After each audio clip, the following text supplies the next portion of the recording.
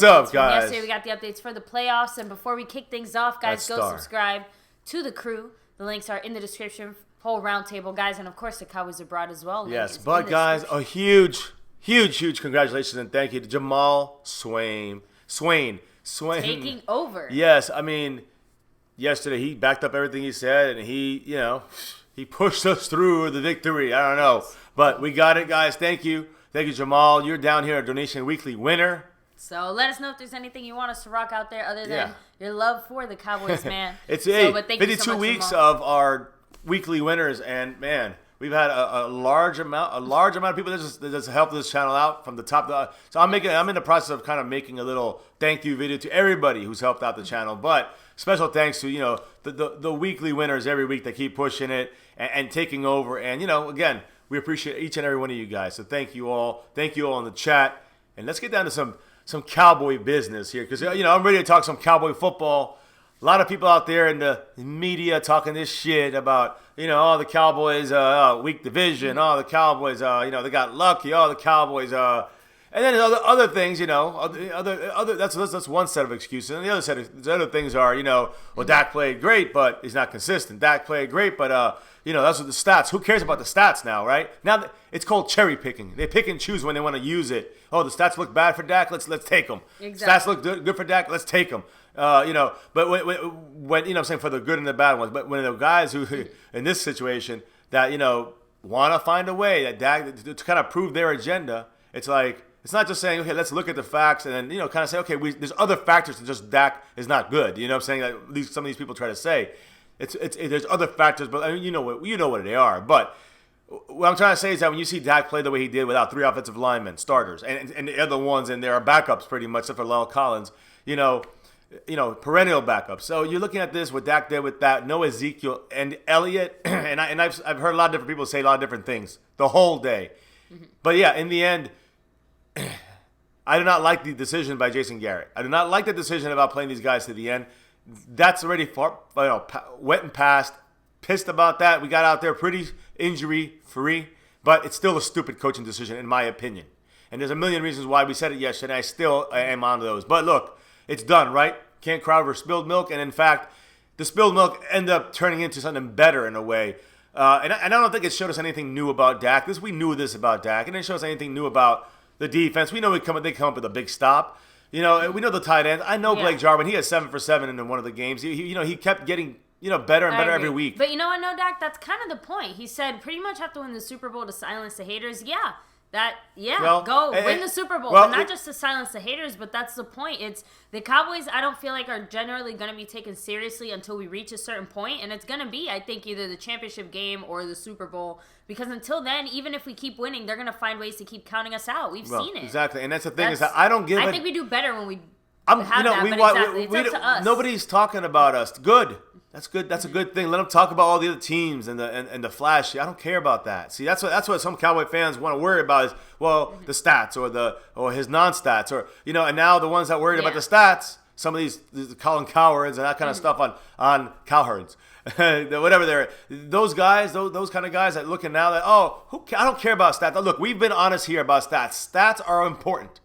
To different ways to gauge players in certain different ways and comparing them, even though the game has changed. But you just can't go only on stats. You cannot just go only on no stats. And so you have to look at the whole play, the intangibles and the stats and some other things, the pieces around him. Some of the coaching issues that he might be having, on the current team he's on, maybe not maximizing the best to his abilities. And of course the injury issues and other things. But even with an execution good game, yesterday, it was still a struggle. And I don't blame Dak for that. He had his bad passes. He does his usual Dak stuff. But we know that's Dak. Mm-hmm. We know that. And that's fine with me. Brian, Buckaloo, what's up? Thank you. Thank you for subscribing, Brian. Joining us here in Joining MCF. the family. So, thank you, man. Real quick, I want to hit on a few comments, and then we're going to answer a question, then get going with the news, guys, because we have a lot to go through. A lot of news. And it's going to answer some of your questions here in the chat, of course. Yeah, we got a lot of stuff. Rand Alter said, as the season progressed, we saw the lights come on for Dak incrementally. In this last game, it seemed like the floodlights came on. And something really seemed to click. Again, we're going to get into that a lot more later.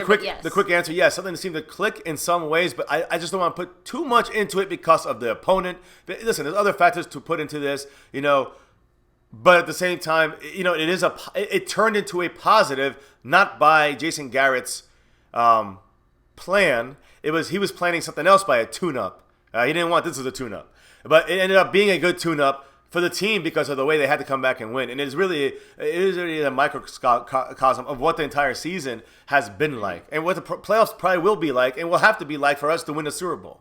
And that's the way. It's not going to be like we're going to start beating teams and destroying teams now because we woke up. It's still going to be struggles. I believe it. I hope not, but I believe it will be. I would love nothing more than to see the Seattle Seahawks get blown the hell out of AT&T Stadium and the game would be over by the second quarter. I would love it to be 24-0 Cowboys, but that's not the kind of team we are. That's not the kind of team Garrett coaches. He coaches close games like a schmuck. And in the end, hopefully everyone's behind the Garrett motivation. Hopefully, that is what's important. The players believe in it, even if we don't believe in Jason Garrett's system. The players believe in it, and it's showing that they are, even more importantly, behind Dak Prescott. Zeke is the MVP of the season because he really put the team on his back, but Dak is the leader of the team on the field, on offense. He's the leader. Undoubtedly now, he is the leader of the team. Now, Zach is the leader in different ways. Zeke is the leader in different ways. Zeke is the best player in our team, and he's the one that really everything kind of can revolve around. But Dak, if he takes you to that next level, can make this team unstoppable. And, I don't want to read too much into a Week 17, we're going to call it meaningless-ish. Let's be real, game. I'm not going to put too much into it, but I will put enough into it to saying it definitely gives Cowboy Nation, us here at MCF, yes. And we would have had it anyways without the ending of the game. I still would have had the same beliefs in that if we stopped all those guys and put them out at halftime, we would have saved LVE, would have saved Suafilo, any major, or any other guy maybe would have been injured. If somebody twisted one way or the other, I would have taken that. I've seen enough at halftime. I think, it's already done and over with, so we can simplify it in the sense of Garrett is lucky that the decision to play all the starters as long as he didn't turn around and backfire as much as it could have. Mm-hmm. That's it. Point blank, period. Those are facts. Yes, the Cowboys might have had still things to show. Right. But, he was taking a chance. He was taking a big chance. But here's the thing. He was risky. He's a lot more risky recently. Had a different mentality. Dak said that, he's like, we had a different mentality going into this game. I think the Colts game had a lot more to do with this than you think because the Cowboys went into that game thinking they had the East locked down. We don't got to do shit anymore. We don't have to do anything. We can kick back, relax, take it easy. And I think they realized, no, we can't. And that's why even this meaningless Giants game was not meaningless, at least to them. From an inside perspective, from coaches to players to, so I think to me that after that loss, for them. I think to them, they just said, we don't ever want to lose again. And when it comes to the playoffs, you don't get a chance to lose. In the NFL, you don't get the chance to lose. So to me, I think that's the type of mentality they took, and that's the way that it seems to come out. But honestly, guys, it's done and over with. Let's just be glad no one is hurt. We'll talk more about this. We do have some injury updates, guys. So we're going to go ahead, kick it off with the news, guys, and get things rolling. So please bear with me because we do have a few different things kind of scattered throughout because we do have a lot of NFL news to talk about as well because, of course, there's people calling for Chris Richard, and these two teams that are calling for Chris Richard might not be the only ones so far. So we'll have to talk about that. I can't really because I'm actually going to start off with, let's collectively as Cowboy fans kind of laugh a little bit at the Eagles, tiny bit. Even I feel bad for Nick Foles here. So Nick Foles has a $1 million incentive if Philly goes to the postseason and he plays 33% of the team's plays. So because of his bruised ribs, he came out and he only played 32% of the Eagles' plays. So he literally missed it by about 6 snaps, if I remember looking at the numbers. He missed it by 6-7 snaps. So had he stayed 6-7 more snaps in the game, he would have earned an extra $1 million. Can you imagine being that close? So I will say one thing. The Patriots have before in the past, when they've had players close, very, very close like that to an incentive, they have been nice and they've paid it out. And there has been an instance or two where they haven't. The Eagles could choose to pay it out, obviously, especially considering the fact that he's actually going to play in the playoffs for them now. So we'll have to see what they decide to do there. So, and with 32 regular season wins and only 25 interceptions, Dakota Prescott is the only quarterback in NFL history to have 30 or more wins with 25 or less interceptions in his first 3 seasons. And that's fantastic. But again, I love these stats, and we're going to talk more about stats and stuff. But in the end, guys, remember this. these stats. Just like people use it to put Dak in the negative light, you can put him in the positive light if you cut it at this point, at this time, at this. You know what I'm saying? Yeah, depending on what part of his career you look at. But here's the thing: 3 years is a pretty large sample size, especially considering some of the best ups and downs we've had. And again, ever, most quarterbacks don't get a start the way Dak does as well. Dak with a good. Dak started offensive line. The year he got drafted Things in the were in 4th place. round. Yeah. And I'm just saying that, definitely a different scenario there. And I think that expectation, for example, the expectation for Carson Wentz starting, I think were a lot different than Dak Prescott. That's all. But when you're wearing the star for America's team as the quarterback, that's where you gotta really live up to it. Yeah, and so far, I gotta give Dak a lot of credit. I think that he's done a great job. And been saying, I mean, let's see with what he better can coaching, do now he'll in the excel. postseason. Now that he's back in even the postseason. more, So, even more. Real quick, guys. So rounding it up, 8 coaches got fired. Again, not too many great top-notch candidates, though, vying for the job. The biggest one is the former Miami head coach, Adam Gase. Adam Gase, there we go. So Adam Gase has, I think, so far gotten calls from pretty much every team looking for a coach. Now, Stephen Jones had this to say about David Irving. Everyone asking about David Irving just now. Quote, "That's still a big question mark. He's certainly not ready to go yet.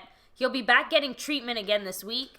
And that is still a day-to-day, week-to-week thing. So, guys, that just means... the treatment is day-to-day, week-to-week. Guys, that means he's not coming back in this playoff run. He's not coming back. All 60 of you guys watching, hitting that like and subscribing, please understand.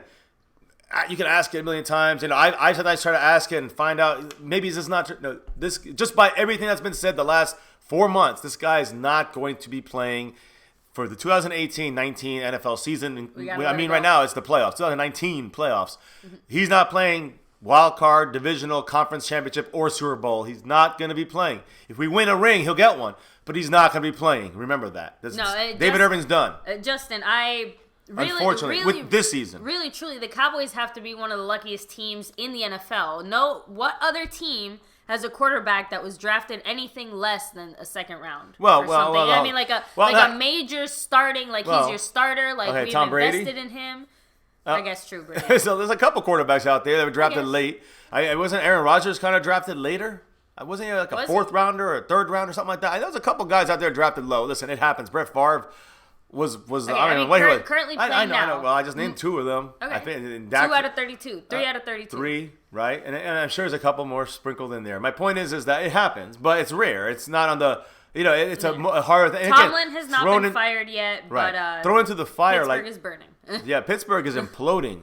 That's crazy what's going on there, man. That's crazy with Antonio Brown and fighting versus Big Ben. Not Big Ben, but having words and then having words with other people and then not coming, having words at the walk through. It's crazy. But he didn't play the game. They expected him. They were very upset with him. Mm-hmm.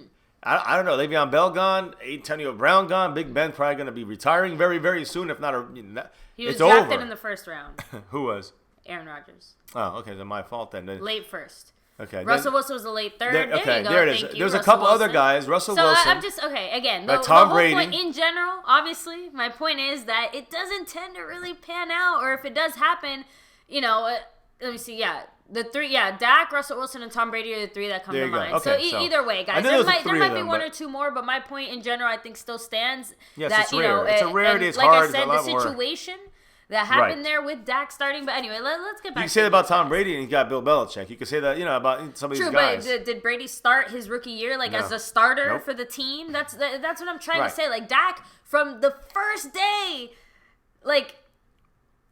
that's it. He was a starter almost right away. Romo got injured, in the 1st or 2nd game of the preseason?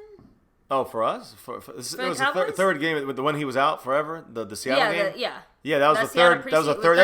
That was the warm up, the dress rehearsal. But no, I wanted to say something about Romo and Dak, guys. In yesterday's game, that touchdown, eventual touchdown, winning, 4th and 15 pass, 32-yard pass. It was like a 40-yard pass by Dak because he was about 6-7 yards behind the line of scrimmage. But that 40-yard touchdown and, that beautiful pass by Dak, getting out of the pocket, escaping that horrible missed block by Cam Fleming. And, again, reminded me, and as we said it live on the stream, I just wanted to just to give it just like a flashback. And Fiance and I kind of did a little quick video yesterday, released it earlier this morning, of the comparison of that play we saw with Tony Romo against Houston Texans and J.J. Watt and that spin move for that 50-yard touchdown pass, a 43-yarder. beautiful, right? The T-will. And Dak showed a little bit of the... Listen, my point is that maybe he doesn't throw as pretty as a ball. Maybe he's not a gunslinger. Dak, I agree. It's fine. But Dak can still do it. That's my point. He's got the intangibles. What he did, the twirl, the rollout, we've seen that multiple times. Just control that ball. Do not fumble. And, he does those things. He extends the play. He really... That's the thing we've been screaming on this channel here since last year. That why not get him moving out of the pocket, rolling out of the pocket, play action out of the pocket, not just in the pocket, out a rolling pocket, a moving pocket. These things were not done until the last 2 weeks, and you see in the 2-point conversion, we did it. In the first quarter, we did it twice. I agree. All 3 times, those 3 plays, 100% success rate. You got to move the pocket. You got to move Dak out of the pocket. I've been screaming. Forget about RPOs. Forget about even play action in the pocket, because there's issues with that according to the coaching staff. Get him out of the goddamn pocket. Use his legs, not to run him out of the pocket. You move the defense, they sway, they come up, you throw, they don't come up, you run, you get 5-6 yards, you go out of bounds. That's the way you win with Dak. That's the way you let Dak be Dak. Yeah, so now, guys, Jason Garrett said this as far as Zeke. He's been banged up a little bit, different parts of his body. We just felt like it was the right thing for him to not be a part of it yesterday. I do think he'll be fresher going forward. Again, him not taking hits in this game is going to be the rest that he needs to get him through these playoff games. We've all seen Zeke taking hits and looking...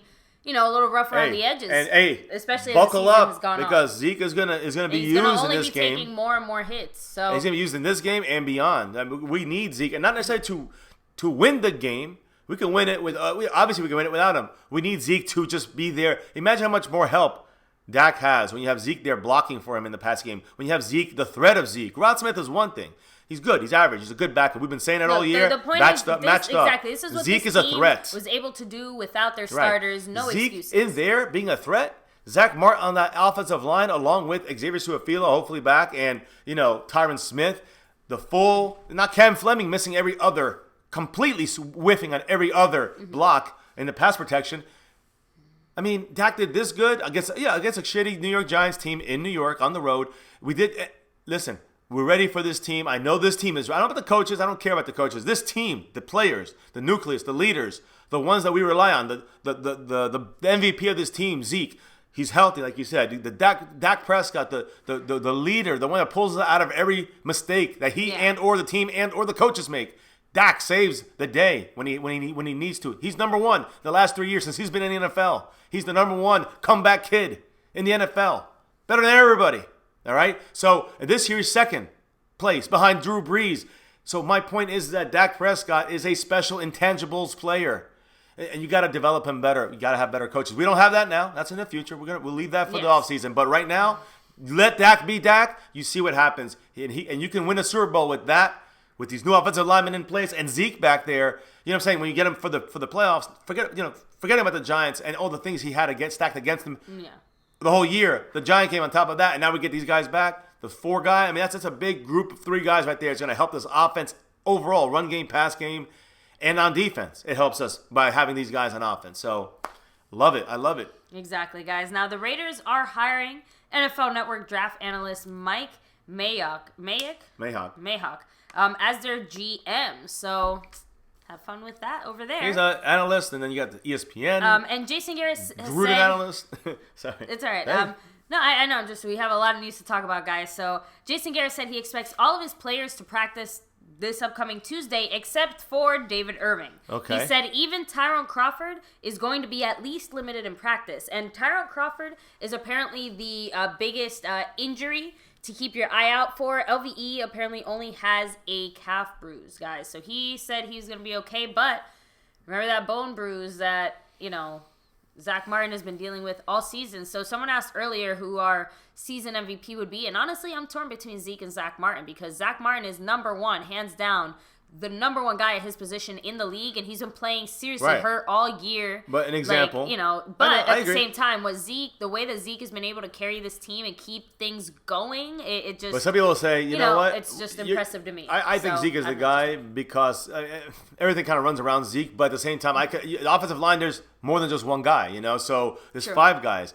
But the guy we haven't mentioned is the only guy we won the game on against the Giants with, and that's Dak Prescott. who you can say also could be no, of course the MVP of this team. Again, that's one of the great things. That we have a lot of guys who are definitely deserving of that title. But again, to me, those two are the first that come to mind, especially Zach Martin, just because of that fact. Like, he is the best.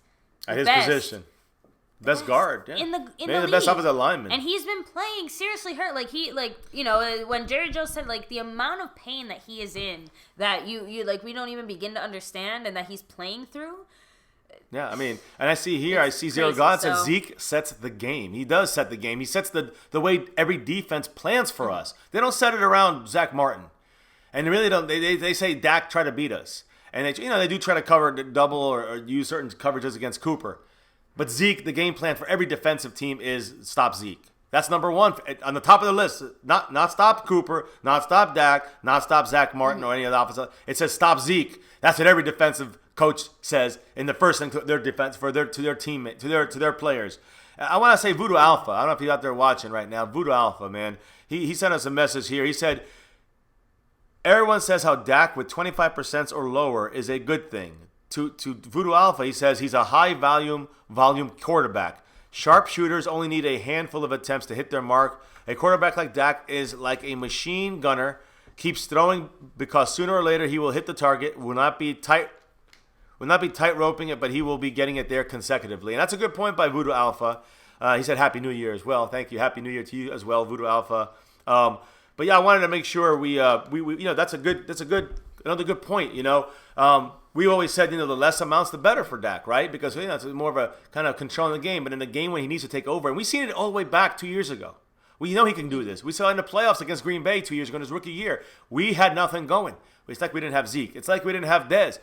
We didn't have a passing game. And then all of a sudden, when Dak was allowed to be Dak, he tore it up with Dez, with Witten, and we ended up, getting that game. We could have won that game. And it might have been a whole different scenario from here on out in the way people look at him in the situation. But I do believe that, with the way that Dak has progressed, 3 years, 4th round pick, this is his 3rd year. He's averaging over 10 wins, 11 wins a year for him. And it's not just Dak, but it is also Dak. So, Dak coming back and being the most winningest fourth quarter comeback kid in the last 3 years since he started playing, to me, that's something that's a stat I don't need anything more about. I don't care if it was 150 yards or 350 yards because he gets the W's. He gets the wins when you need them, when you most need them. Not when you're up 40-7 and you throw in and you make it 47-7. I'm talking about he gets you the touchdown when you're down by 13 and you win by 1. That's what Dak can do, but as long as he's not constricted by the offensive coordinator into that pocket forced passer, which we've seen it over and over and over again last year and this year. Not the first year, the last year and this year, we've seen it almost forced on Dak. When Dak's allowed to be Dak, and even in that Giant game in the third quarter, end of the third and fourth, they let him just kind of go crazy. And you saw domination in the passing game by Dak when they allow him to, when they let him. And hopefully in the playoffs, they will let him, be more that way. So, all right, guys, now to talk about some NFL moves. The Falcons have fired offensive coordinator Steve Sarkisian, defensive coordinator Mark Emanuel, and special teams coach Keith Armstrong. Let me see. So Chris Richard is not going to Atlanta, just so you guys know. Yeah, he's not going to make a lateral move. The Broncos and the Dolphins, who both fired their head coaches, have been requesting interviews with the Bears defensive coordinator Vic Fangio. And before the Vikings try to make their interim offensive coordinator their full-time offensive coordinator, he has some, competition. The Browns have also requested Stefanski for a head coach interview. And not only are the Colts defensive coordinator Eberflus getting looks, but so is offensive coordinator Nick Sirianni. Eberflus already getting head coach looks. Lots of defensive coordinator and offensive coordinators getting some looks. A lot of names flying around. Saints assistant head coach and tight ends coach Dan Campbell has been requested by the Packers and the Browns both for head coaching interviews. Vikings owners sat in on final meetings today, and they both reiterated Mike Zimmer is their guy, so he's sticking around. Quote, there won't be changes here. That's a good, let me see. The Jets also put in a request to interview Chiefs offensive coordinator Eric Bieniemy, who I hope I said that right. Bieniemy. There we go. I was going to say, I'm definitely saying that wrong. Former player. I remember him. Yeah. Let me see. And then the Bengals coach, of course, Marvin Lewis out at Cincinnati. So now leaving a very short list of guys with longer tenure than Jason Garrett. So we're going to go over that. Yeah, he's one of the. But I do want to talk about some of these positions they're trying to fill. I mean, unless you have some other stuff still. If you have other stuff about the coaches, keep going because I want to save our guy for last. Of course, Arizona Cardinals have fired Steve Wilkes, and then the expectation is. Oh wait, no, sorry. There we go. There we go. It was about Nick Foles. So Nick Foles, guys, bruised ribs. So he is expected to start this week against the Bears. Let me see. Oh, no, sorry. It was about Bruce Arians. That was the one I got cut off earlier. But Bruce Arians said that he would only consider coming back for the Browns job. But apparently, now that the Bucs have fired their head coach, he said that he might be willing to come back for them. So just something to keep your eye on. Let me see. I mentioned that the Broncos fired Vance Joseph. Let me see. Sorry, guys. The Green Bay Packers are expected to request permission to interview Josh McDaniels. Good luck Patriots, with that. Offensive coordinator. Exactly. So, and then lost in some of the Jaguars news, guys. I know you touched on this, but I'm going to touch on this again. I think you touched on this yesterday. But Leonard Fournette's guarantees. The team does confirm that, they are sticking to the contract and those voided guarantees. But Fournette is saying that if they do that, he's going to file a grievance, and so is the NFLPA. So based on his contract, not really sure what the outcome is going to be there. No. And apparently... go ahead. Yeah, we got to stay with the coaches. Because that's what we have to go to now, guys. It's about the Chris Richard time.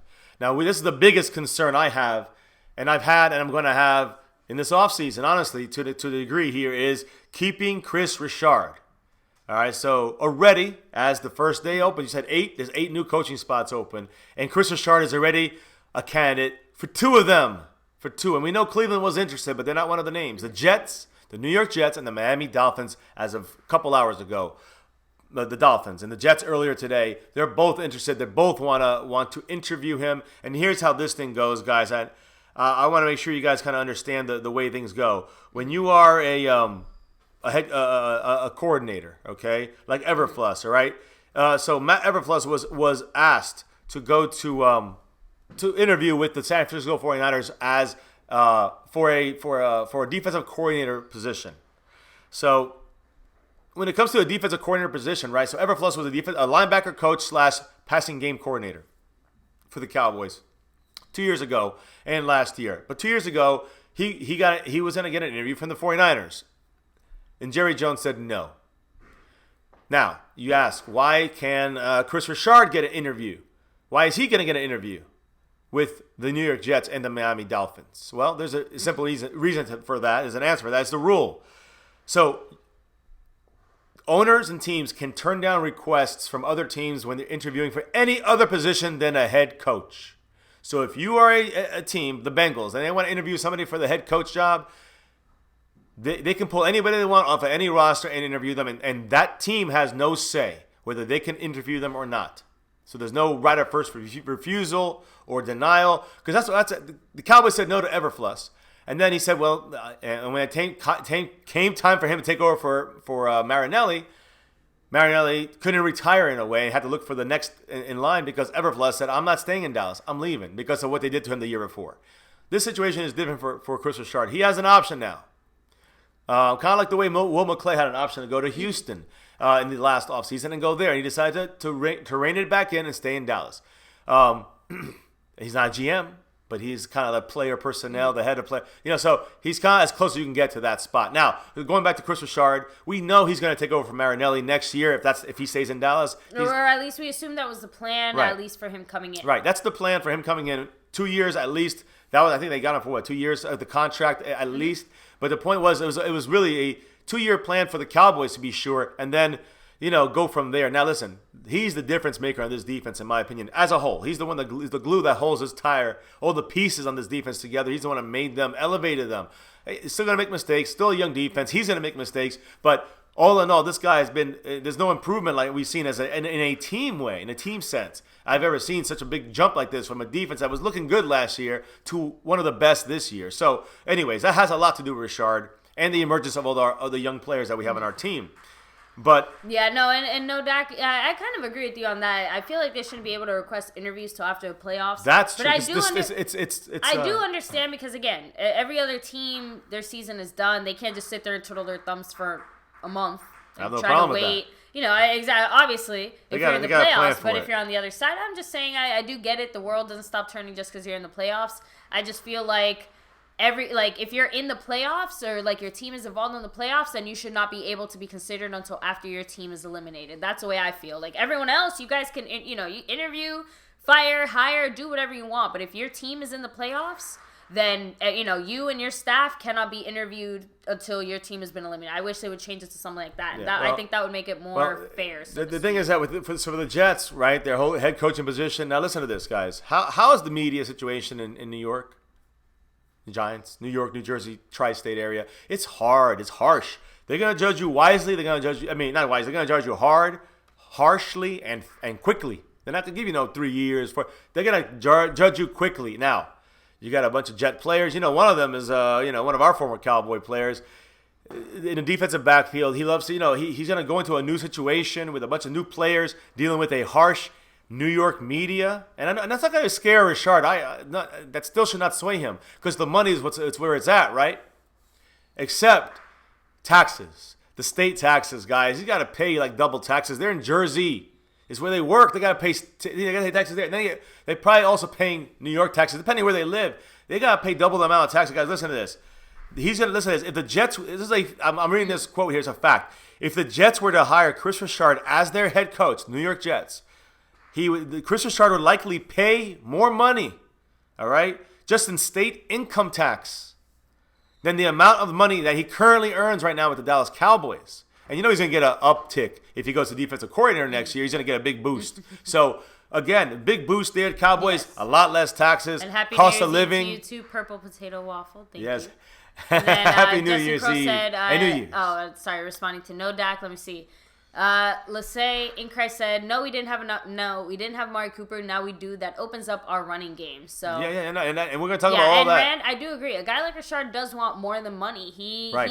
We know that he skipped out on defensive coordinator. He had 2 or 3, defensive coordinator positions that he could have went for, and he could have easily had. He took a position, not defensive coordinator position. He took a defensive backs coach and passing game coordinator for defense. But in their meetings, and we know that's a fact, we know the plan, guys. We knew it when he signed. Marinelli's retiring in 2019. Yeah. And Chris Richard is taking over for him. But now he's done so well that he can be if someone pays him head coach money and wants him as head coach. I agree. He has the right to go. And Cowboys Abroad brings up another really good point. Again, everyone earns that pink slip because they earned it, but it's not a good look when out of the 7 black head coaches that started in 2018, only 2 of them get to keep their jobs at the end of the season. So it's crazy. And I know that there's a lot of people out there who are going to say a lot of things in regards to is it the Rooney Rule? Is that what it's because called? there's a New England Patriots coach and Eric Bieniemy as well, and there's a couple other guys and Chris Richard, and they're all African American, they're black, so they're all getting interviewed right away, and I just worry. This is my worry, is that the excuse of the Rooney Rule is being used to interview like the African American coaches, get them out of the way, and then go hire their real prospects. That would piss me off. Exactly. And that's been done before, but in the NFL, that's why I'm afraid. I'm worried that this is going to be one of those years for these guys. Exactly. I'm worried. This is not about the Cowboys. This is about just these guys. They should have. If other guys getting it with no experience, Kellen Moore, then what the hell? These guys should get head coaching jobs. Yeah, especially considering that none of they shouldn't be just for none of the ones that were fired. Check marks. Exactly. Okay, we did 3. We interviewed 3 black head coaches. We met the criteria. The black coaches started with bad teams. The chances of winning were slim, and a lot of them came into the teams in a bad situation. At least in Arizona, I know. Yes, they had a bad year, and I'm not saying Bradford. That you can't tell after 1 year that things went wrong. But I'm just saying in a general sense. So and I know the Bengals coach. Like I said, now that the Bengals coach has been fired, Garrett is one of I think 5 coaches that have been with their team as long as they have been, and we'll get into that. So I mean, and again, as a former New Jerseyan, and knowing this, guys, this is a confirmation about the money situation for Richard in New York. It's not even worth it for him for the money. So the only real reason would be resume. Resume in New York for the New York Jets would be the biggest. Okay, I've now been a head coach, but they're going to scrutinize him, and if he does not succeed, he's going to demote himself for the future. So that's an ask. I don't think he's going to the Jets just based on these 3 things. But we also have the other option that came in late, the Miami Dolphins. And again, they love to poach a lot of our Cowboy coaches. We know this. It's happened in the past. But I worry that, they might, we're in the Sunshine State too. So we know that that's luring to a lot of coaches. I don't think Chris Richard is that kind of guy. He's a hard-nosed mother, you know what? And he's not going to just come here for the sun and the glamour. He's coming here to do hard-ass work. So my thing is this. The biggest case for him to stay in Dallas, you get paid. Jerry Jones should pay him at the very least what he's going to get paid as a head coach somewhere else. That is number one. There's no salary cap on coordinators, on coaches, or nothing. So you give him whatever it's worth to him money-wise to stay here. That's number one. If that's the money thing, which I don't think is it's always up there, guys. Let's be real. But there's other important factors, and I think a big one is this. He took this team, guys, listen to me. Byron Jones to the cornerback. Now he's a Pro Bowler. What he's done with Xavier Woods, what he's done with Chidobe Awuzie. We've seen it this week. I said every week he gets better. He's playing number 2s. He's dominating number 2s, Chidobe. And it's not just because he's got great athletic ability. It's also got great coaching. Great Richard is there. And then you got Heath. Heath has been playing lights out better than I ever thought he ever would. Richard is the reason for these defensive backs and this defense as a whole to where they're at now. And my point here is that you pay him whatever it takes. You're going to make him defensive coordinator, all right? And he's got a young team that he's building his own mark with. This is his team. Think about the guys, all right? Yes, they were rookies, the law. Lewis, Awuzie, and Woods, but they were just rookies. You know what I'm saying? So now they're coming into the second year. Yeah. He's molding them. These are his team. Now, Cleveland Browns said, come on, Richard, stay. Fired head coaches, do you fancy if, let's say, Garrett and Linehan are both out? Now, the only way they're both out is if, obviously, we lose first round in the playoffs. So that would be, first of all, horrible. We don't want that to happen. Moving past that, let's say Garrett and Linehan both are out. At this point, looking at the current candidates, current guys out there. Who would you be interested in if you really could think of anyone? If we get a Sean Payton, I want an experienced, hard-nosed coach. Experience here is the key, and an experience as a head coach. And that's my only word with Richard. But I would say, with Richard, I would have a plan for him. I would have something, like if there's no other option, if there's no other guys, Richard's the guy. You have to roll the dice with a young, new coach.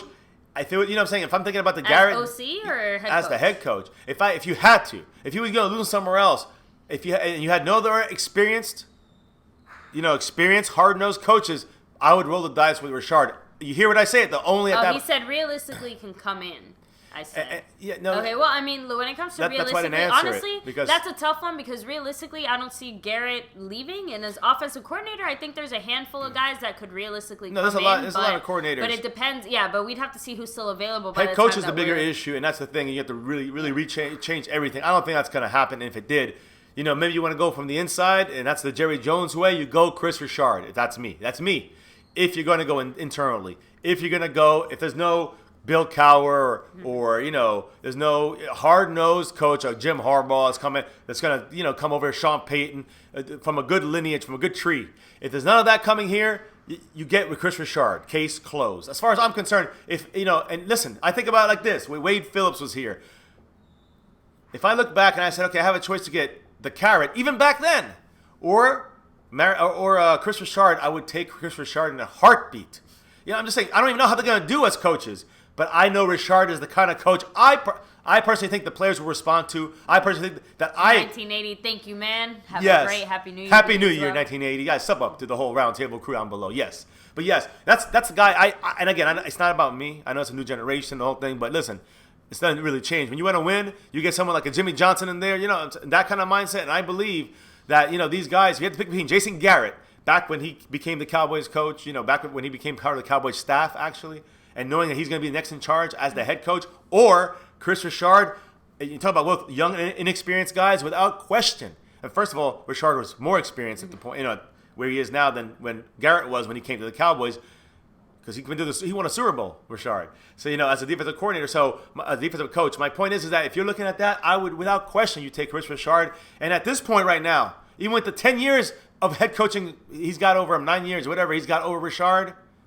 If they made that move of cutting Garrett and they want to stay internally, you got to take Chris Richard, case closed, or else you lose him somewhere else. And anyways, that's a whole different story. That's a whole, what if. I think that I think Chris Richard has a plan to stay here. I know the New York thing I talked about, Miami thing is kind of alluring, but again, you got a lot of new players. You don't have your you don't know what's in there yet. You don't know what you're gonna have control of, but you know your situation in Dallas, and you know the players you got are gonna play their asses off for you. You've seen it this year. You see what you made of this team. You're gonna be there for 1 year and then jump ship.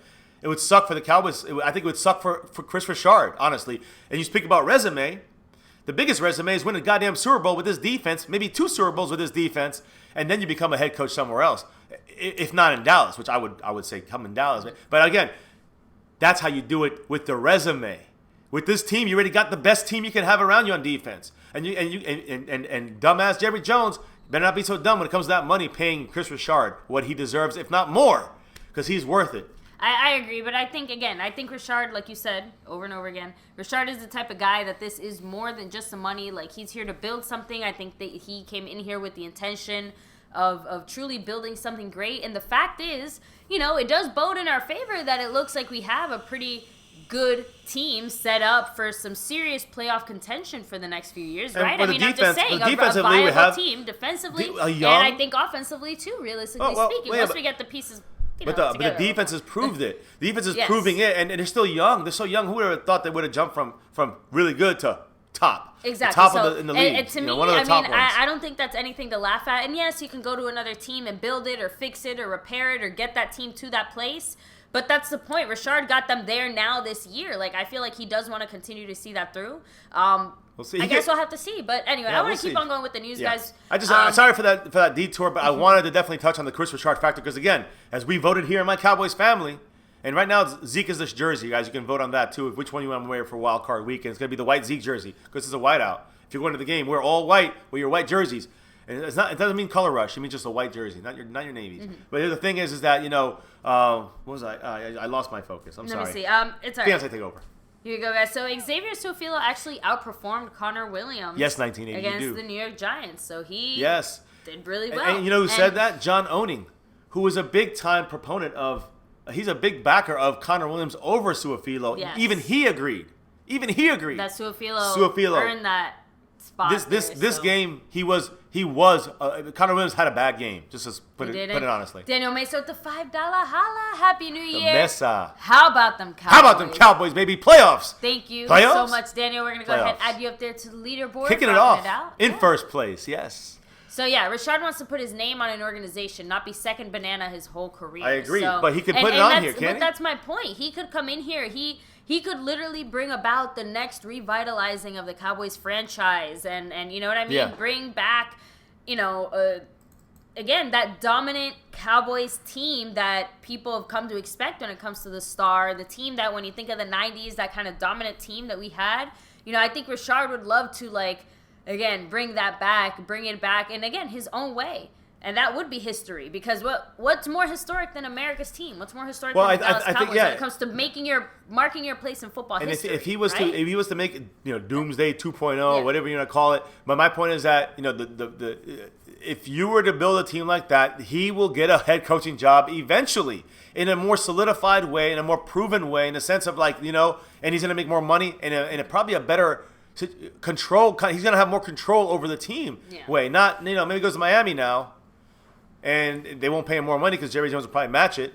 So he'll be a head coach, more responsibility, players you don't know, in a whole new situation, doesn't know how much control he's going to have as a rookie head coach in the history, for his life, the first time he ever coached NFL football. So it's a lot of stress and pressure. Instead of doing it in an organization where in 2 or 3 years he might be there, or maybe 3 or 4 or 5 years, he might be the head coach and have a couple Super Bowls under his name already as the reasons why we're there, not Garrett. But because of the defense we have on this team. So, now Stephen Jones, as far as hosting the Seahawks Saturday night, he said, I think a night game is going to create an electric atmosphere for our fans and for our team. I think it'll help us with the home field advantage, and I think it'll be loud. And if you guys did want to get tickets, the Cowboys have released a limited number of them for this Saturday night's game. Prices range from $115 to $560 per ticket, so get yours while you can. They're selling out pretty quick. So, Tyron Crawford, guys, he won the Cowboys 2018 Good Guy Award in voting by the Dallas-Fort Worth chapter, the Professional Football Writers of America, so basically the media people, gave Crawford the award for consistent and outstanding cooperation with the beat writers. He does a great job, man. He does. He's good with the press and the media. He's good with his teammates. He's a big motivator. He's great with the community and fans and stuff. I mean, he's a great all-around guy. I think that he's shown a lot of leadership, especially as a captain this year. He's definitely got me on his team, back on his team. What Richard's done. Yeah, what Richard's got me back on Team Crawford. He's got me on Team Heath. I need you to fix the chat, please, so I will. Can see what. Oh. Because when I'm reading the news, I can't. Oh, okay, I'm sorry. Perfect. Yeah, the Team Crawford, which I was, I needed more from him. I was a little down his salary. He earns it. He definitely earned it this year, in my opinion. And then, always been down on Heath there, Jeff Heath. But he's come through in a lot of ways. I'm still not sold in coverage with him. He's still got a way, but he's definitely getting better. And I credit that to Richard. I really do. And Cowboys abroad, I think that's a little bit small-minded. Football's a game of connections, too. So, it makes sense for him to go to these interviews, even if he's not interested. It still makes sense for him to do it and speak to these teams, even if the team already knows what your intentions are. I mean, I don't know. You just never know. I mean, you never know when you're going to get offered, but also you never know how that interview. He has to go to the interview to get an offer anyway. Right, but only that. Teams are going to just if you don't show you're interested, then no other teams will ever. Maybe they'll never come to you. Maybe they'll never. I don't know. And I know you're saying. Or they'll lowball you when you do want to jump ship. Eventually, they won't give you exactly what you want because you're not really they're into like, well, it, maybe. Exactly. So, I'm just saying, there's a lot of different factors, and especially football, the way I see it, like you definitely have to know someone. So and Cleveland Brown is making a great point though, and that's the thing. Again, I had a couple of reasons why, but he's making another good reason why. From DB coach straight to head coach is a pretty big leap. Right. Lots of other teams might be willing to take a chance, but we went from backup quarterback to quarterback coach. So. And the thing is, you got to remember what he really is. What is he really by this point? He's really already the defensive coordinator. He might not be running it, but he's game planning with Marinelli. Marinelli gets the final stamp, of approval, but it's kind of like Jerry Jones and Stephen Jones. Stephen Jones doing a lot of the stuff, and Jerry Jones stamps it at the end. Similar with this with Richard and Marinelli, unless it needs to be, Marinelli wants to overrule him a couple times throughout the game, he will. That's it. But next year, I'm assuming Richard will be in Dallas. I'm hopeful.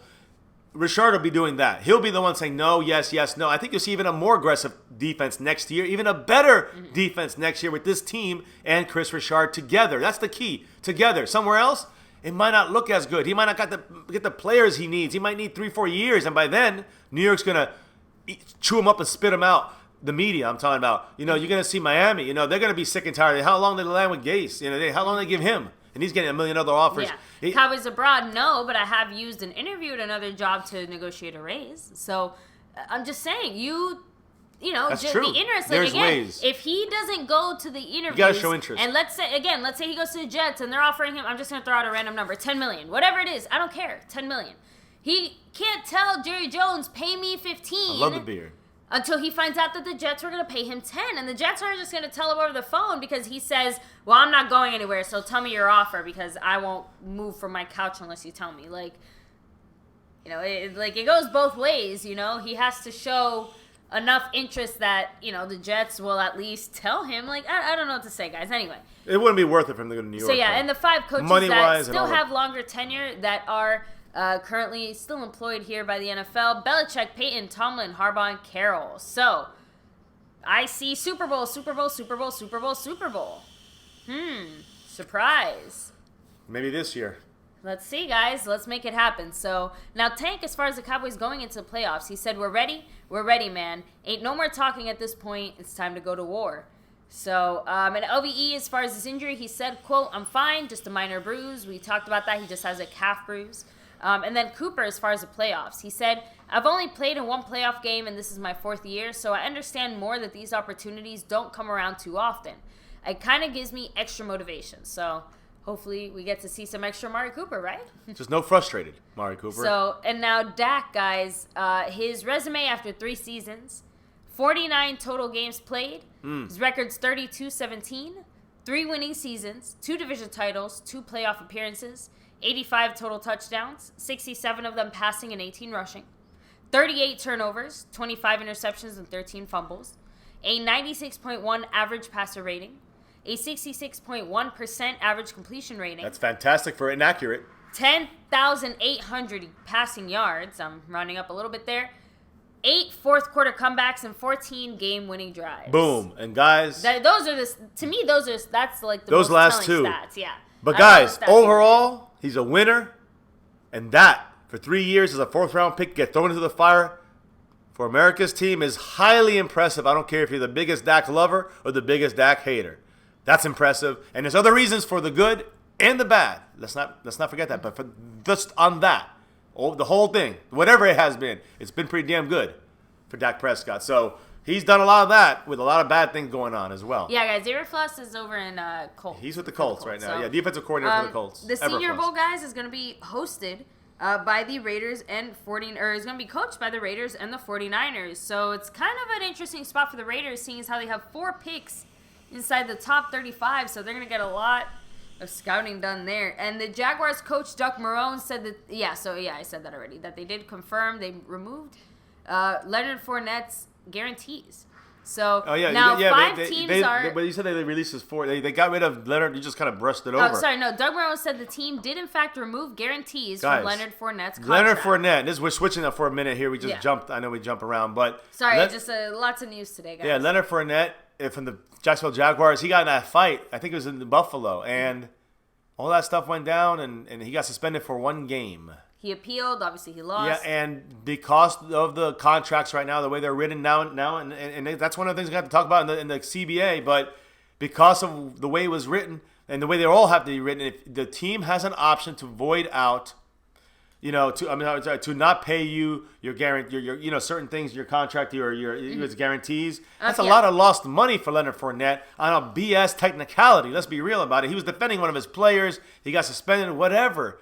I mean, damn, and they you have an option. They didn't have to. They said, that tells me Fournette's days might be numbered in Jacksonville. Yeah, guys, this is a very that's not very nice, petty thing for the team to do, and interesting that they choose to do that. We'll have to see what's happening there. You don't want to play on your team if you do that to him. Seriously. I'm exactly. Just saying. So, and 5 teams are eligible for Hard Knocks in 2019. Hard Knocks, the guys. The Raiders, the 49ers, the Giants, the Lions, and the Redskins. Yes, so, not the Cowboys. 2 of them are the Giants and the Redskins. I would True, personally we can see behind the scenes. Good.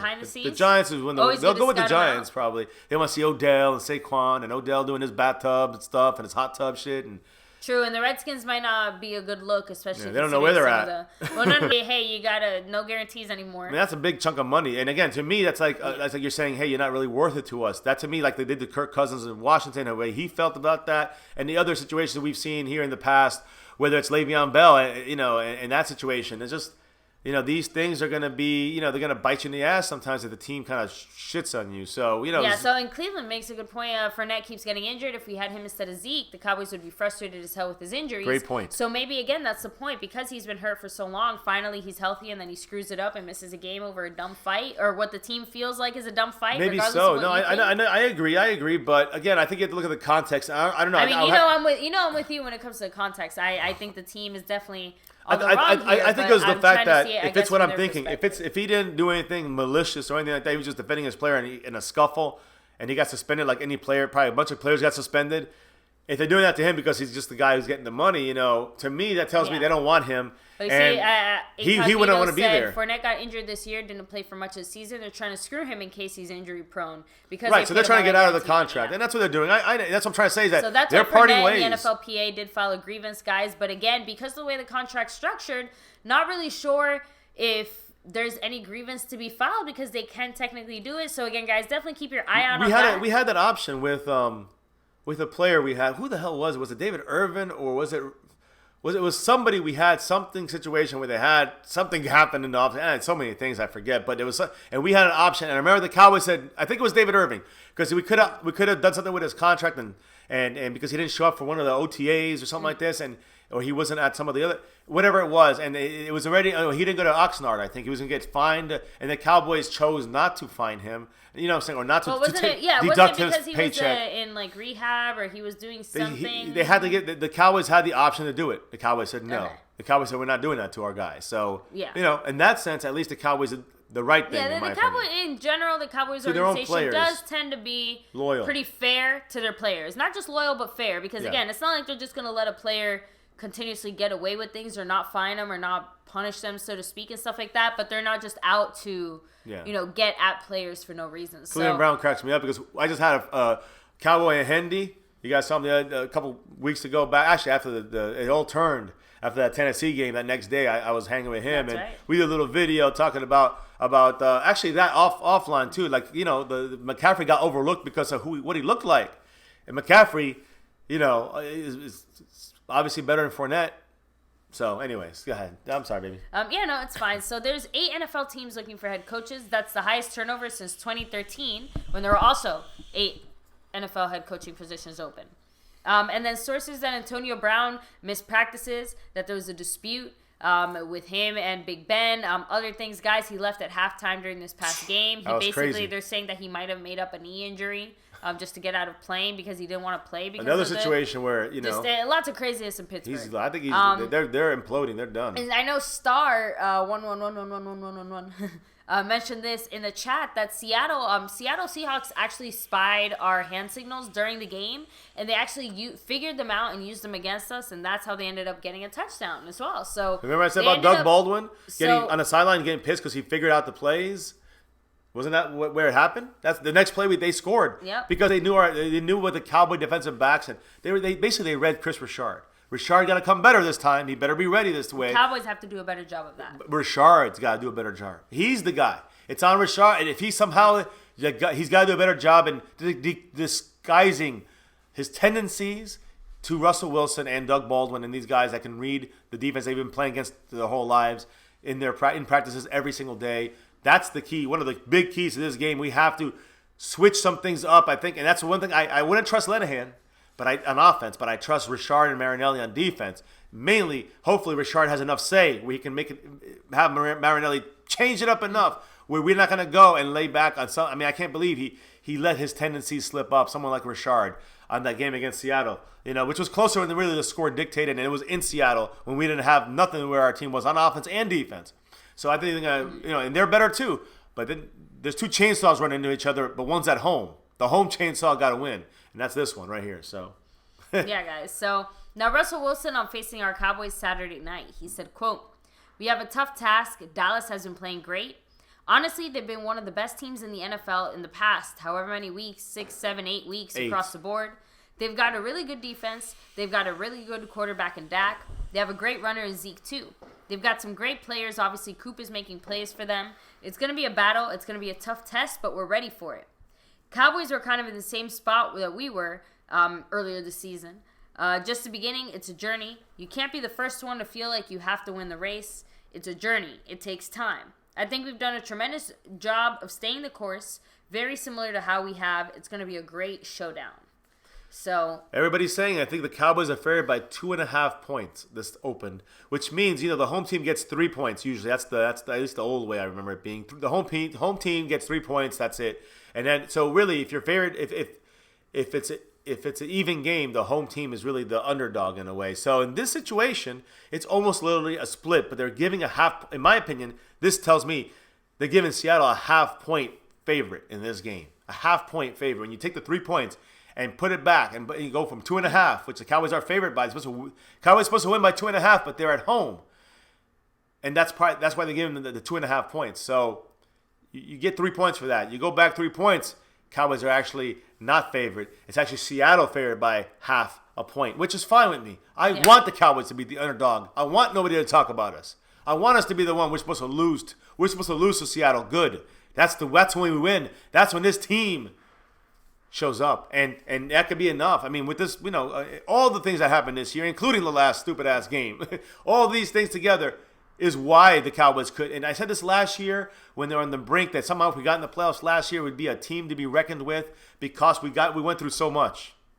That still translates to this year. You take the last 2 years together, you put it into this, you could really get enough of an explosion to get four. I don't care about the streak right now. I know we're 7-1. I know that's our record. I know that's where we've been. I know if we win all the way, we got 6 in a row. I don't care. I want to get 4 in a row. 4 is the magic number right now to get 6. So we need 4 games win. That's it. We need 4 more victories. I don't care against who. I don't care where. I don't care what the fucking weather is. I don't care how loud it is. We need 4 wins to get 6. That's all I care about. And we have the shot. There's 12 teams. Only one can do it. That's better where I start. It was 32 teams at the beginning of the year. Only one can do it. 20 are gone. We'll have to see. So we're one of them left, guys. 1 out of the 6 to get there.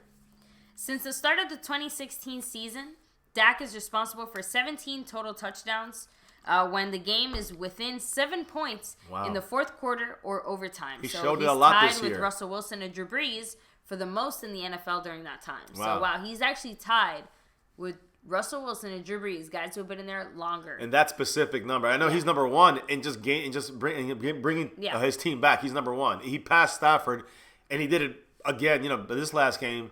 Dak's, at least one game in front of Stafford and comeback since he's been in the league. But, yeah, and that specific one, that's even a more stressful situation, and he's done it, it's incredible. Dak is an incredible quarterback that needs more development with better coaching. I agree. On that side of things, the quarterback coach and offensive coordinator on those fronts. So now most games with 100 passer rating during a player's first 3 seasons in NFL history, Russell Wilson and Dak Prescott with 24, and then Dan Marino, Carson Palmer, and Joe Flacco with 19. So, and then most 100-yard rushing games this season. Zeke and Saquon tied with 7. Good one, Zeke. Chris Carson and Todd Gurley tied with 6, and James Conner with 5. And then most 100-yard rushing games since 2016, though. Rookie year. Zeke has 19, and then Jordan Howard has 14. Gurley only has 12. So. And don't forget, these other guys played most of the time, right? But Zeke missed 6 games. Don't forget that. And also, actually, he missed 6 games, and then he missed this game, and then he missed the game 2 years ago. So he actually missed 8 games. Zeke's played 2.5 years. He missed 6, right? And then he missed 2 more because he missed this last game, right? Because he's sat, and he missed the one in Philly. Remember that one? 2 years ago was the 13-3 year. He didn't play that game. So guys, he really didn't play in 8 games. That's half a year. So I mean, that's huge. And he's got the. Imagine he played those 8 games. Imagine. In fact, it would have been so much better. But yeah, 2 years in a row, guys. Zeke's played in 15 games and won the rushing title. 2 out of 3 years in his career. First 2016 and then 2018, he's played in only 15 games, both not 16, and he still won the rushing title. We rested him both times because he didn't have to get the rushing. He had the rushing. That's dominance. That's the best running back in the NFL. Case closed. All right, guys. So, let me see. It looks like the Cowboys used Jarwin. Let me see. Up the seam more yesterday than they used their tight ends in that spot pretty much the entire year combined. That's true. Again, I don't have any official stat, but just from the breakdown of the plays, guys, definitely not something we saw. They split them basically. They split the defense. They used and this is what you have to say. I'm going to be fair here now, guys. You see my Lenahan video and all that stuff. This is not about eating crow. Lenahan still sucks, but at least we saw a little more creativity. Now, maybe we'll know in a year. Maybe we'll find out, Jason Garrett's the one that's play calling. I don't know. But listen, I'm not saying that because that 2-point conversion play? That 2-point, fantastic play call by Lenahan. So, say what you want, and we're going to say it, trust me. But you got to also call out the good stuff, right? And those were 2 good examples of some good play calling by Scott Lenahan. Finally. We need to see consistency there. We talk about all these other guys need consistency. We need the most consistency from offensive coordinator Scott Lenahan. Yeah, and if we see that, we might actually do something. He might keep his job if he wins the Super Bowl. Yeah, so and who else is definitely playing for his job? Dak Prescott. Maybe not for his job, but definitely for his paycheck, guys. For his money. Yeah. Exactly. So, obviously, Jerry Jones already said this is the offseason. They're looking to extend Dak, which means, exactly the playoffs really matter for him and, his net worth. So, keep that in mind. That's a good point. Now, Jerry Jones said, I think we're a better team than when we got here this morning. That's the way you want to draw it up and go to the playoffs. Yes, we've hedged our bets a little bit with 2 or 3 players, but in general, to our coach's credit, we got done. I just didn't dream you could add the dynamic of literally a tight, exciting ball game to get what you got. That was Jerry Jones. Nobody could have predicted that. That's kind of the outcome of it. Of course, Jerry Jones loves that ending. But go back for a second because I want to know what he said there. Because what he said, actually, the ending part is Jerry Jones. The money. He wants the show. He got the show. Everyone's watching a meaningless game. And now everyone's talking about, the Cowboys in that way. Because the media is not really, but fans are talking about, you see that game, you see that ending. Yeah. But what did he say at the beginning of that? He said, I think we're a better team than when we got here this morning. I agree. Even and he continued because he's talking about the injuries, which was a concern, and that's his concern too. He said that's the way you want to draw it up and go to the playoffs. Yes, we've hedged our bets a little bit with 2 or 3 players, but still, in general, in what we're trying to get down, to our coach's credit, we got done. So in that sense, yes, we got lucky that we didn't get any major injuries out of that risk. That as Fiancé spoke earlier about that risk versus reward. Like he knew the risk he was taking. We survived it. Anyway. We survived it. It helped the team, and maybe you need to do that sometimes. Take that kind of risk. I will say this about Garrett: whether it's we'll see if he does it in the playoffs because he might have to risk a 4th down or so. But he went for it on 4th down more than I thought he would. He would in a game that I think he was trying to really see how Dak and the offense would do it. A lot of 3rd downs, a lot of 3rd and 7s and 5s and whatever that Dak made happen. Dak was tested in situations that were not pro-Dak, let's say, right? With a broken offensive line, even more so than usual. And Dak still did it with a team that wanted to kill him. They wanted to kill him. They had nothing to play for. Mm-hmm. Yes, they were not all there. Their best players are not on defense. But they wanted to get him. They had no way of ruining the Cowboys' year. So how could they could ruin it by hurting Dak? They could ruin the season. So I'm not saying they would do it on purpose, but I'm saying that is a risk. And that was our nerves, and the first half was clear. We said it a million times. First half was, all right, great. We survived it. Great. Second, third play of the second half, third quarter, Su'a-Filo goes down. And he's still worrying me. That injury is still worrying us. So we're going to hear more about that, I'm sure, during the week here. Because this is going to be a quick turnaround, guys. We literally, right now, we're 30 minutes away from the new year. But here's the thing. Right now, we're 5 days away from finding out if the Cowboys go on to the next round or not. Right now, 5 days, guys. In 5 days, it's it. And game is over. It's Saturday night. That's it. So, Tuesday night, Wednesday night, Thursday night, Friday night, Saturday night, baby. That's it. And this team's going to succeed. The players got to outplay the coaches for the most part on offense, and the defense got to lock it down. Yes. So, yeah. So, now, guys, Stephen Jones on Chris Richard, he said, quote, "It's premature to talk about who's calling who. We certainly wouldn't be surprised to get several calls on Chris. We want to keep him, but we realize assistants get calls." So, just kind of, they're just trying to play it off, saying, he's getting the calls. Let's hope that's where it stays. So, and then Bobby Wagner on playing us this Saturday night. We're confident going in. We've played them before, so we have some film on them. They've grown a lot since we played them, and we've grown a lot. So it's going to be interesting to see how we play. And you made that point that, Seattle's also gotten a lot better. So, 2 different teams, when they first met. But Bobby Wagner, I think he's number 54. Very good linebacker. Got again, he gave us a little trouble in the first game. We got to shore that up. I think we will this game. We got our offensive line ready to go. As best we're going to get the whole year, guys. This is it. Tyron Smith healthy. Zach Martin healthy. Looney, 100%. And Xavier Su'a-Filo, I'm almost 100%. I'm hopeful he's going to play, but worst case, Connor Williams have to play that spot, and of course, Lel Collins. I'm trying to forget about him right now. I'm not seeing the mistakes he's made, but Cam Fleming made Dak have to scramble a lot. Yes. so Tyron Smith, that shows you how important Tyron Smith is, even with his mistakes. He's just not the Tyron Smith he was, but he's still damn good. So we need him back out there. I don't know if the final comment here, Bobby Wagner on playing us this Saturday night. He said, quote, "We're confident going in. We've played them before, so we have some film on them. They've grown a lot since then. It's going to be interesting to see." Now, and that is it, guys. Now, as far as on my end. You always say that. The thing is this. I have to tell you a very important and depressing thing here. The wild card referee gang. All right? So you guys might not know. Maybe you do know. But Walt Anderson is going to be doing our game. Some of you guys might be throwing up right now. Some of you guys might be shaking a little bit. With the way that the penalties have been thrown, I think it's a thing, something we should be looking at a little bit. And the last time I cried during a football game in tears of sadness, this guy was the guy who reffed the game. And listen, I might be wrong. I don't know. My eyes are failing me or whatever. But I remember that game. Referee Walt Anderson's group, all right? The Seattle game 12 years ago. Yes, the snap by Romo. Yeah, the Romo situation, guys, in 2006/7 when it's not that he did anything with the snap or anything like that. I'm talking about the play before that, where they called Witten for first down. It was a referee literally standing right there looking down the line, saw him, in his mind, saw him break the imaginary first down plane marker. Witten easily, to me, it was very close. He might not have gotten it.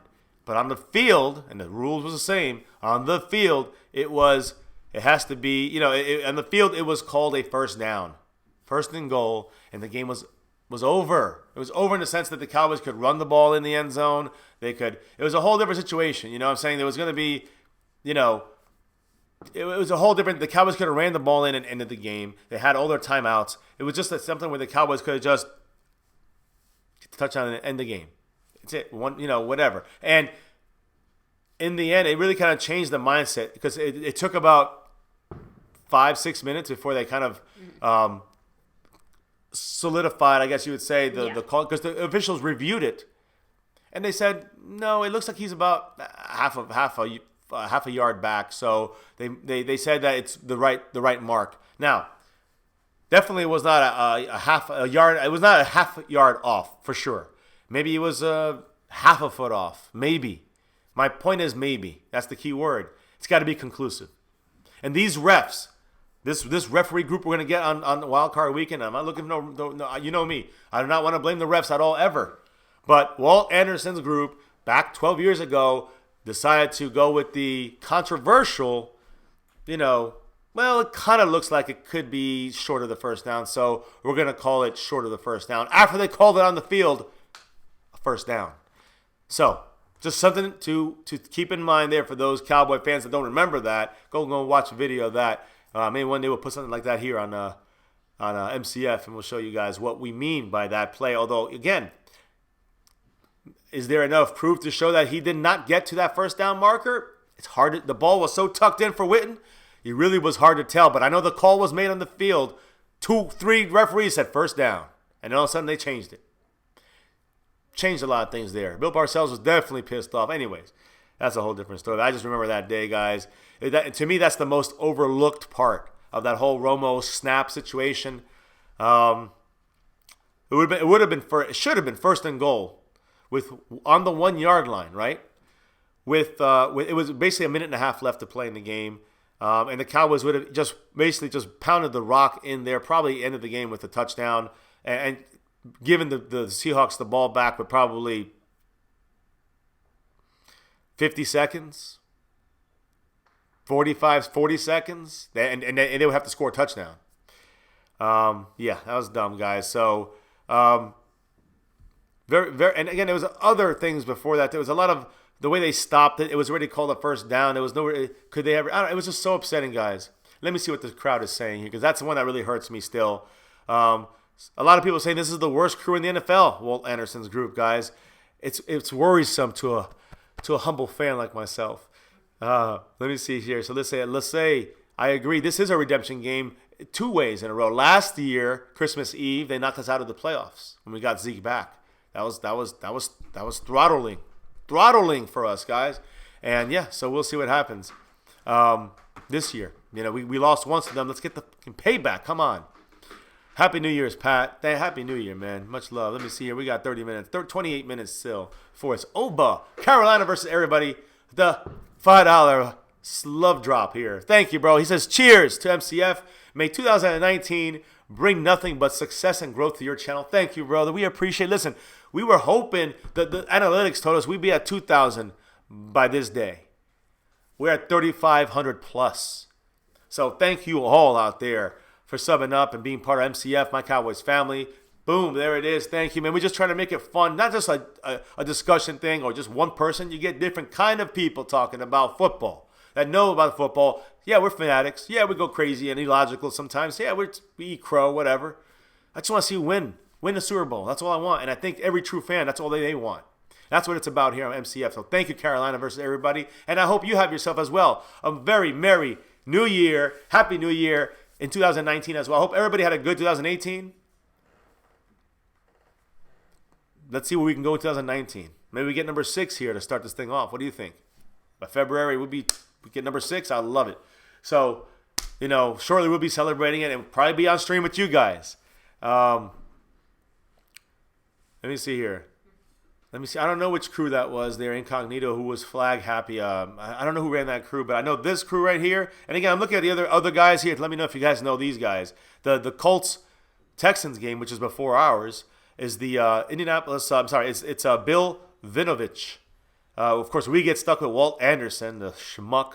And then on Sunday, the Chargers Baltimore game, they have Cleet Blakeman. And then for the Eagles at Bears, you have Tony Correnti, who I've heard of him, seen him before. He actually might be one of the better ones. I'm not 100% sure, but I know Sadatori is not on there, Mr. Card guy. So we'll see, guys. Look, going about to yesterday's game, and I'm trying to go back here and check. I'm going to put you up on the board there as soon as Fiance rocks it back here. She took a real quick break. Taco Charlton, guys, yesterday, number 97. You saw him. We saw a lot of, luckily we got to see more of him. Multiple reasons for that, but obviously being week 17, a meaningless game, he got a little more gameplay, and of course, maybe he's a little more, maybe a little better week in practice as well. But Taco recorded 2 hits on the quarterback. He had 3 hurries on the quarterback. He had 5 total pressures against the Giants on Sunday, so that's according to PFF. So Taco definitely looking a little bit stronger as a harder, crunchier Taco right now. Jalen Smith, guys, all the way back. I mean, they played him basically the whole game. A guy who got hurt the way he did in that bowl game in Notre Dame, and to come back to where he's at and to be able to just do this all the way through without even second guessing it, even the coaching staff having that kind of confidence, which is great. Obviously, they know better than we will, so that's fantastic. In overall grades on PFF, guys, Jalen Smith was yesterday's game 85.0 rank rating. Karen Reed, who I believe played an underrated game yesterday. I don't know if anybody's seen him do his thing. Number 51 tore it up yesterday for his limited snaps. Karen Reed, number 51, he had 84.6 rating. So he was right behind Jalen Smith. Joe Thomas played, again, a very efficient game. Few snaps in every play. And that's what I like about Joe Thomas. We didn't see him enough this year. Maybe he's a piece we're going to be able to use in the playoffs. Maybe even over Sean Lee. In coverage. You got to beat the Hawks. I hate to say it, but what do you guys think about that? Chickens. Yeah, the sea chickens, the sea cluckers. Mother. Antoine Woods, my man, number 99, even with the unfortunate penalty, more on discipline, than, I understand getting all happy, trust me. But just nothing around the field. But much love to him. He had a fantastic game with that. I guess what was that? Fumble recovery? Is that what it would be called? I guess now it's officially a fumble recovery. Yes, Antoine Woods at 72.2. And Chidobe Awuzie with his INT. He was 69.3 rating. So fantastic by all these guys, but Jalen Smith was the king of them all there. Chidobe Awuzie was targeted 5 times against the Giants. He allowed only 2 catches for 26 yards, guys. And he got that INT in the end zone. Flipping the whole... I mean, that could have flipped the game right there. You don't know. So that's big play by Cheeto. Doing his thing out there, guys. Now, the stats I hear, and I think you might have mentioned that, 14 game-winning drives by Dak Prescott in 3 seasons, which is that to me is fantastic. 14 game-winning drives. He now has the most game-winning drives by NFL quarterbacks since 2016, and the most by any NFL quarterback doing his first 3 seasons. And that is very impressive. A lot of those comebacks were self-inflicted sometimes, and if you can clean some of that up, he won't have as many comebacks because he won't need to. You know what I mean? And that's a good thing. That was Thomas who hit it out of Barkley's hand. Joe Thomas. Oh, yeah. That knocked it out when he dove over. Yeah. Great, awareness by Joe Thomas. Great play. I mean, he's really a good player. You can see it. I don't know how he hasn't seen the field more, to be honest with you guys. Now. No, Dak, I wish. He said, I hope it's like the Jags game this weekend. I was telling that to fiance, like everyone's talking about, this is the closest game of the 4 games. I'm like, I want to see 40-0. Blow them out. I want to see a blowout. I don't care. I know all you guys want to see that too. Karen Reed has been really good, guys. He resets the line of scrimmage when he pushes in there. He's kind of one-teching it right now, guys, doing the Antoine Woods deal. A good rotation going in there. David Irving, who? And again, Rand and I are on the same team on this, but we don't worry about David Irving. He ain't coming back this year. So as far as I'm concerned, I don't care right now about David Irving. I care about Karen Reed. He's in there playing his ass off. Ross was playing very good, Daniel Ross, but Karen Reed played extraordinary yesterday again, efficient like Joe Thomas in limited snaps against starting New York Giant linemen. So Him, Antoine Woods, making a great one-tech rotation, guys. I love it. I love these guys. Again, I've been saying it. I've been talking about Karen Reed for a couple since actually the last preseason game. I remember saying, I hope we keep 50. Like, he wasn't even 51 then. I said, I hope we keep wherever that guy is. He might have been 51. I said, I hope we keep it because he looks like whoever he is. And when we found out his name, I'm like, here, Reed, let me write in. He's here now. He's here at the end of things, guys. This guy would look good in preseason. He has the it factor for his level of play, which is right now backup rotational one tech. For our team, perfect fit. I love it. So let me just. Oh, sorry, guys. Stephen Jones. I think you already said that they want to keep Richard. The Jets, Dolphins, different plans, and we already discussed that already. I'm looking here a couple of things about Cameron Fleming, which was so disappointing, guys. And look, the thing about Cameron Fleming is that if he's needed to come in for a couple of plays. We saw him. He did fantastic in a couple of plays. I think, who was it against? The Eagles? He came in there and he helped those 2 touchdowns. He was partially responsible for some of those touchdowns. More than that? Yeah. But I'm saying, you give him, I don't say 2 or 3 plays, but you give him about 10, 15 plays, he's good to go. If you need a short-term fix, if you need to play a game or more in a consistent way, it could be an issue. Not just for him, but for the running game and Dak Prescott. So that's something that, luckily we rested, Tyron Smith, and we got him, we're going to be able to have a healthiest Tyron Smith out there. So, again, listen to this number, guys. Against the New York Giants, when Dak was blitzed by the Giants, Dak went 4 of 12 for 55 yards and only 2 first downs. All right? Against the Giants, when he was not blitzed, when he was blitzed, he only went 4 of 12, 55 yards and 2 first downs. When he was blitzed, Dak went 23 of 32. That's big, right? That's impressive. 332 yards, 4 touchdowns, 16 first downs. Do I have to say anything more? Cowboys got to watch out because guess what's coming on this Sunday? Or this Saturday, actually. Yeah. What do you think's coming? Seahawks. Yeah, but what do you think they're going to be doing? They're going to be blitzing. Yeah. They're going to blitz our asses off, guys. They're going to blitz their asses off, and we got to be ready for it. That's why we need Zeke in there. We need our linemen healthy. This is why. So we know the opponents next year, guys, and we'll run them off. We said this 2 weeks ago. Some people are starting to do videos on it now. I'm like, what? We know this already. It's old news. But we're going to be at home versus the Jets, Eagles, Redskins, and also against the Bills, the Packers, the Rams, the Dolphins, and the Vikings. Hopefully, Richard will be with us for that Dolphins game, not with Miami. We'll be visiting the Giants, the Eagles, the Redskins, but also the Chicago Bears. You never know. We might make that game. The Detroit Lions, the New England Patriots, the Patsies, the New Orleans Saints, and hopefully the Chris Richard-less New York Jets. Yeah.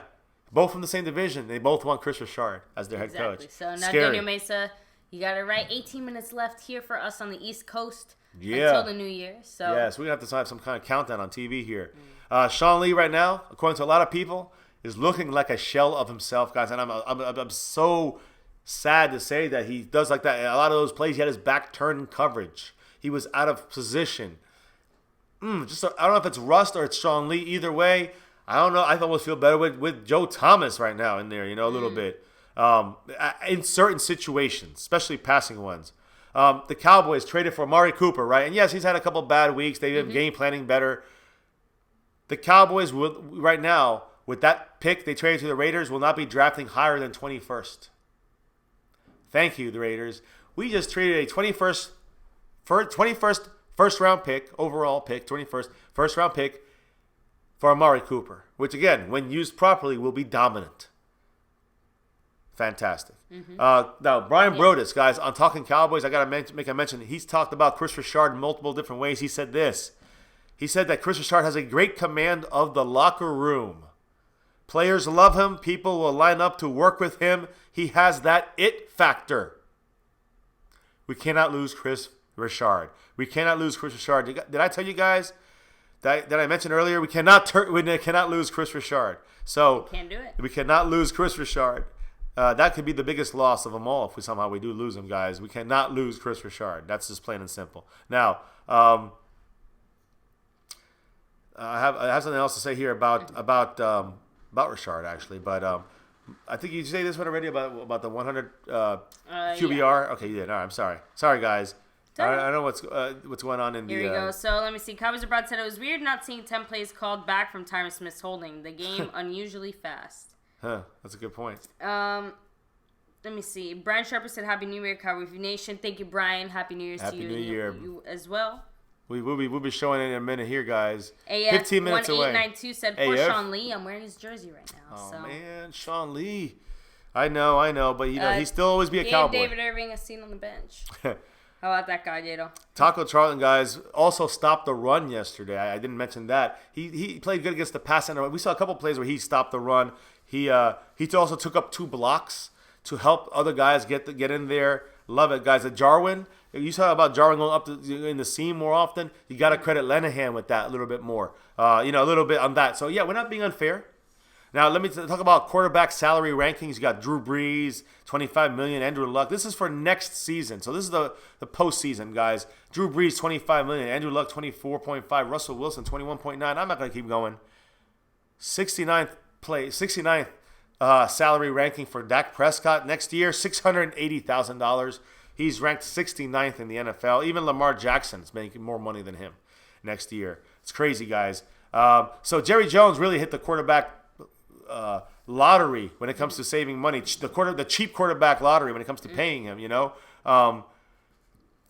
Dak Prescott has millions at stake, as you mentioned earlier, in this postseason and how well the Cowboys can do. And I believe he can do it. He can overpower these coaches. I do believe so. Now, again, guys, as this game is coming on, and I'm going to go to a couple last second things here about the playoff teams right now. All the playoff teams, the Cowboys are 3-3 right now against the rest of the playoff field this year. So we've beat 3 of these playoff teams, and we've lost to 3 of these playoff teams. Bears are 2-1 against these teams. Chargers are 2-3. Chiefs are 2-4. Colts are 2-3. I mean, the Patriots are 4-0 against the playoff teams. Eagles are also 3-3 like us. Rams are 4-3. So you can see these things. And what are the Seahawks? The Seahawks are 2-4. One of the worst teams in this group here, guys. Yeah. So could that be something we can use to our advantage? The fact that they're usually not good against good teams. We'll find out. Point differential, guys, of each NFL playoff team. All right, the Chiefs are 144 points more than they've basically 4 points against, and then they subtract it, whatever's left over. They're plus 144. Patriots plus 111. These are all the playoff teams. Ravens plus 102. Chargers plus 99. Colts plus 89. Texans plus 86. The Saints plus 151. The Rams plus 143. Bears plus 138. Seattle plus 81. The Eagles plus 19. Man, that's really low. The Dallas Cowboys plus 15.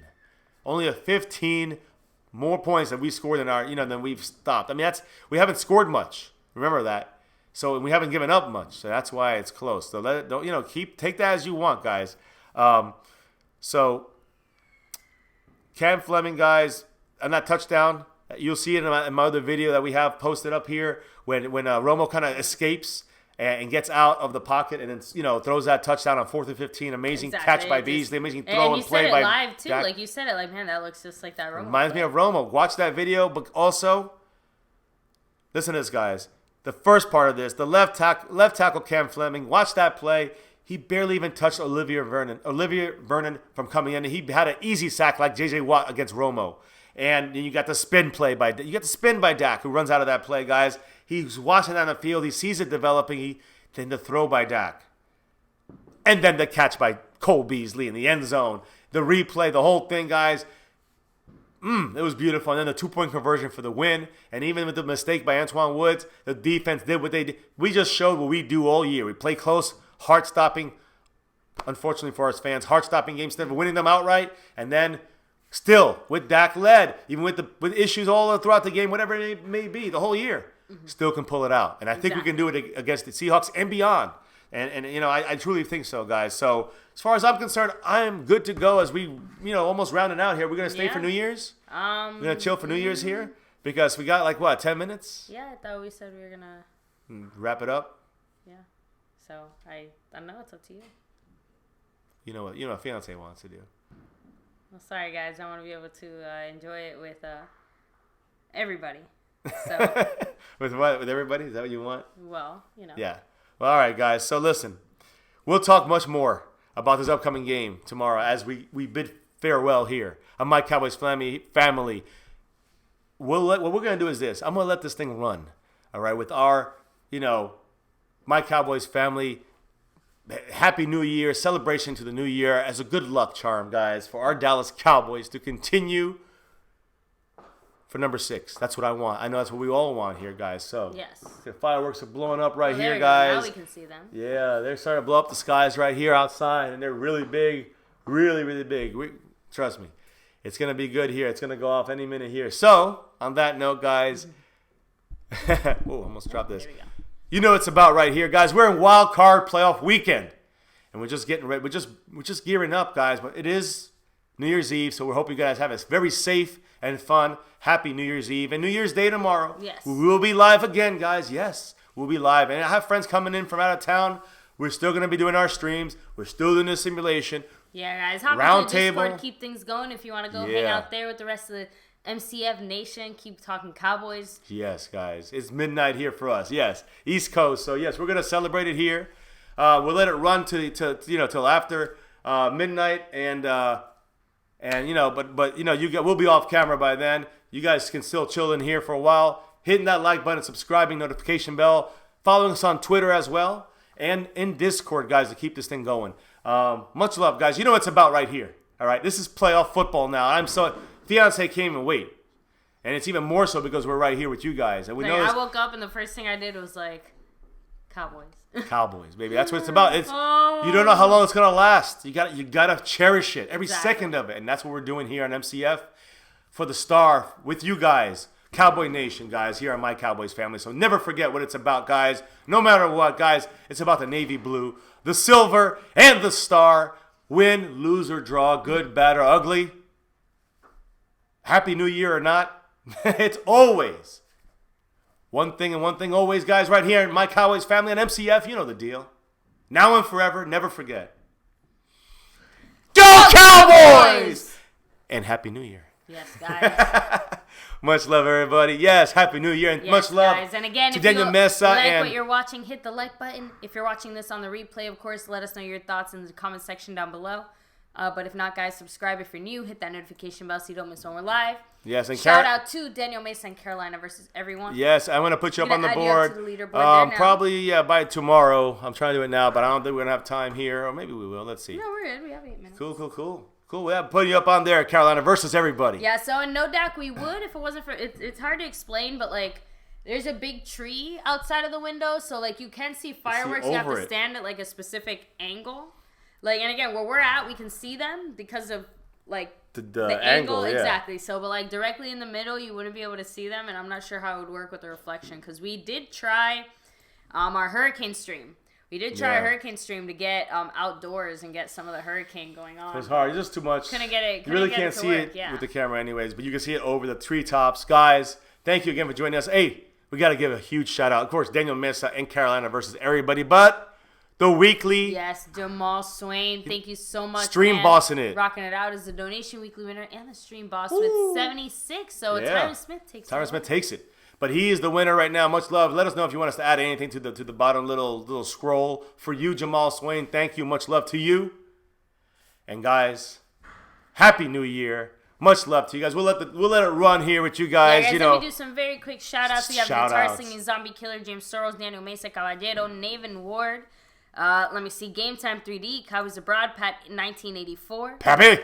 Who's that? DC. 1980. Who was that? 1984. Pat 1984. Oh, Pat 1984. I said Pappy 45. I'm sorry. Yeah, I did say Pappy 45. You guys mixed up there. Much love to both of you guys. Okay. Sorry. I don't think I mixed it up, but okay. I thought I mixed it up. I said. Okay, so no, there we go. Let me see. Where was I? Sorry, I got you. No Dak Ninja, Ronan the Voice. Thank you for joining us. Ronan. Thank you. Hit that like, right? Let me see. Game Time 3D. We have Incognito in the house. We have, let me see, Devil PvP, DJ, AF 1892.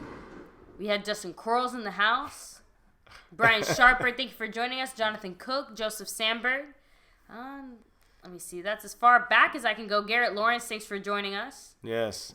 And guys, thank you all the new subs. Thank you for the subbing up to the family. Sub up to the whole roundtable crew. If you're new to us, sub up to the crew down below. All the links are in the description.